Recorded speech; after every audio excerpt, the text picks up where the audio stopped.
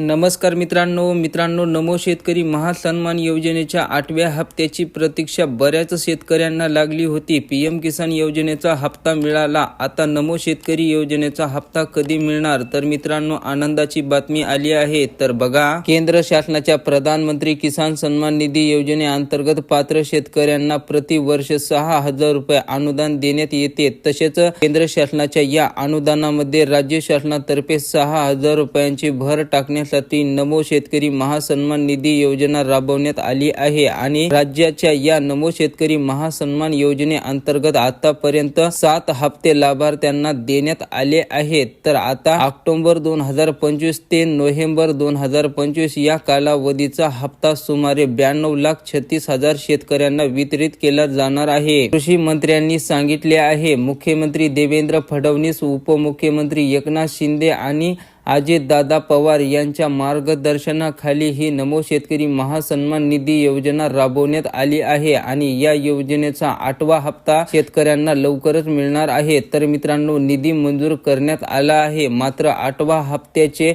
पैसे किती तारखेला वितरित करण्यात येणार आहेत याची शासनातर्फे अजून अधिकृत घोषणा करण्यात आलेली नाही। परंतु हिवाळी अधिवेशन संपता शेतकऱ्यांच्या खात्यात 8व्या हप्त्याचे पैसे जमा होऊ शकतात। तर मित्रांनो, अशा प्रकारे नमो शेतकरी महासन्मान निधी योजने संदर्भात आलेली ही महत्त्वपूर्ण अशी अपडेट होती। मित्रांनो, व्हिडिओला लाईक करा आणि चॅनलला सबस्क्राईब केलं नसेल तर चॅनलला अवश्य सबस्क्राईब करा। धन्यवाद।